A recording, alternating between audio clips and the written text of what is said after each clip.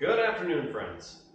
Happy Saturday. It's going to be Sunday by the time you see the video. It's a little late in the day. It's about 5 o'clock in the afternoon here. I'm going to go ahead and get this video done real quick, and then I'll edit it and I'll get it up this evening. It'll probably hit early Sunday morning, maybe Sunday afternoon, depending on what time it launches. But anyway, I wanted to bring you in on my latest project. It's not a new one to me. This is a bike that I've had for a long time. This is my 1958 Sears, Allstate, Piaggio, Vespa. It's a 125cc 3-speed Vespa that was produced for Sears under the Allstate brand. I picked this bike up, I think 3 years ago, something like that. I found it in Battle Creek, Michigan. It was at a warehouse. It obviously looked like this, which appeals to me. I like this look, and the price was really right. So my brother and I went down, checked this thing out, and kicked it over. Engine was free, rolled around kind of nice, has a cool look. So myself and the seller brokered a deal, and I picked this up. I have two of these. I have this one, the 58, and I have a 1964. The 1964 is really awesome. It's in really great shape. I'm not ready to work on that yet, and I really wasn't ready to work on this one yet either, except for my brother brought his Bajaj down to get it, worked on in Chicago and get a big engine installed. So kind of lit a little fire to, make me want to work on something. And this one probably needs less, I think, in my opinion, than the other one. Although the other one's in great shape and it has, it's best way to put it is it has more features. So that one actually has a speedometer, this one doesn't. That one, I don't know, it needs like more refining to make it nicer than what it is.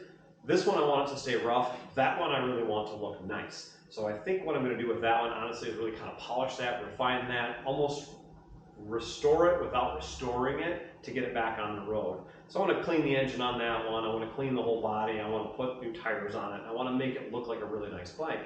With this one, I really just kind of want to get it running, ride the heck out of it, enjoy it, maybe clear coat this. I'd like to maybe get a guy to pinstripe this thing or do something kind of cool with it. So some ideas in my head. Few of the features on this bike, obviously it's a 125cc engine. It is a 3-speed. They eventually went to a 4-speed. I think that started in 1960. I could be wrong. The engine, from what I gathered, is a VNA engine. This is a VNA 2. I know I'm getting that wrong, so you guys can tell me in the comments. The people that know about these more than I do, please fill me in because I don't know. But with this engine, parts are kind of rare. With this configuration, with this carburetor, with this setup, things aren't always the easiest to find, especially in America.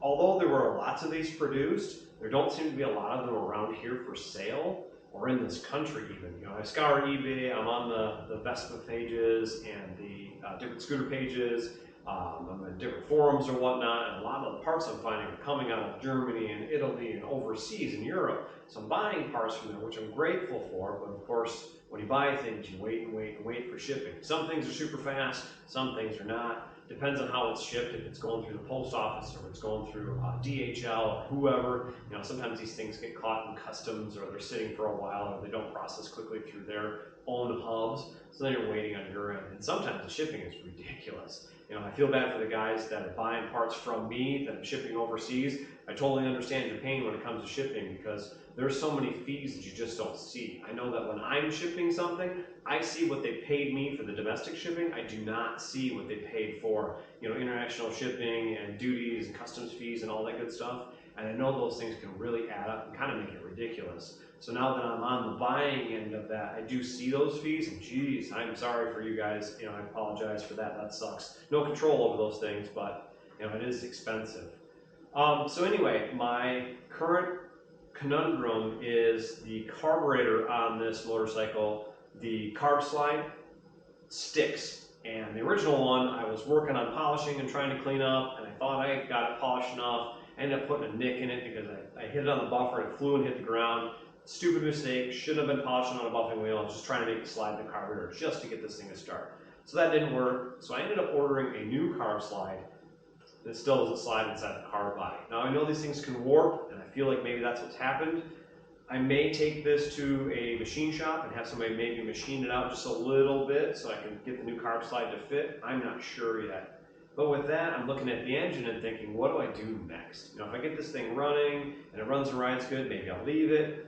You know, I'm kind of on the fence with, you know, putting a bigger motor in, making this thing kind of like a ripper. You know, so this is almost like a sleeper, honestly, where it's a dirty old machine, looks like it probably doesn't run really well, and putting a giant motor in it. And I'm really torn with that. I know that can get costly real fast. I'm not sure the direction I want to go, but it is on the radar right now. Probably, I don't know if it'll happen this year. It might not. I don't know. Anyway, let me move the camera. We'll do a walk around of the bike and show you guys. I know if you watch my YouTube shorts feeds, you've seen the motorcycle. Really quick, obviously 60 seconds isn't long enough to show it off. So now I want to take some time to kind of dive into what I have and show this to you, and then I'm going to work on it a little bit. All right, we'll take a look at the front of the motorcycle and we'll start there. Obviously you can see this thing has been down a few times. It's got some dents and dings in the front fender here. Obviously the leg guards are, you know, kind of messed up or whatnot, but I do like that look. So I'm probably gonna leave it that way, honestly. I'm probably gonna leave it rough looking. Like I said, I'm thinking about having somebody pinstripe this thing. These are 8-inch wheels. So I'll probably also take the wheels apart. I think I'm going to take them to a guy and have them sandblasted, and I think I'll also have those maybe either painted or powder coated. I do love highlighter yellow, and I'm kind of thinking of going that route with the color of the wheels. I know that I've seen like a highlighter yellow grip set, and I'm thinking about trying to match some of that stuff and maybe having somebody pinstripe it that way. I'm not sure. It's stuff I'm thinking in my mind right now.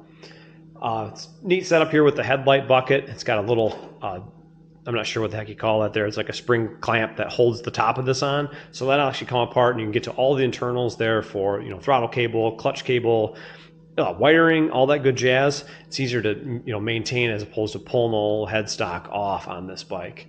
As I said, this thing does not have a speedometer at all. It has a speedometer blanking plate.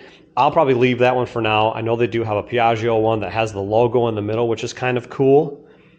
From there, you can see the body's really crusty and rusty and gross. I may pound this dent out here. I'm thinking about taking that off and pounding that out so that way I can use the glove box the way it should be. Now, if you flip this open, this is super tight. You almost have to like finagle it to get it open. So I'm thinking about trying to pull that today, get that off of there. Then that way I can, you know, close it properly and it works the way it should. I'm not sure.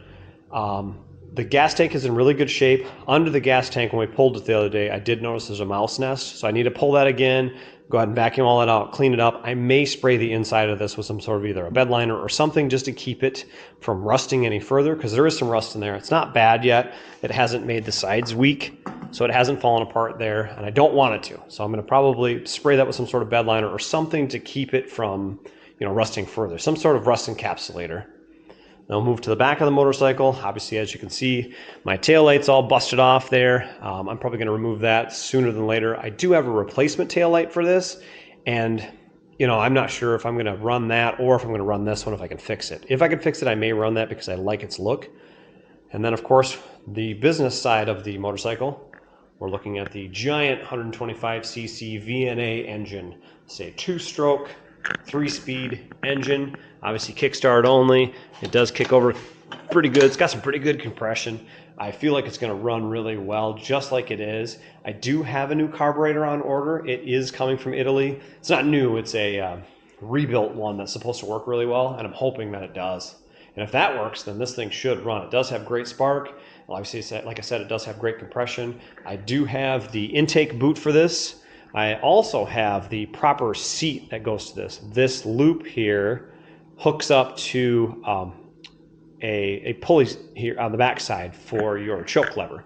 So I do have the proper seat frame for this. So I'll be putting that on. The seat that you saw in the YouTube short video was just a seat that I had picked up cheap and was great for what I was doing, but it wasn't the proper one. I had to find the proper one, and I finally did.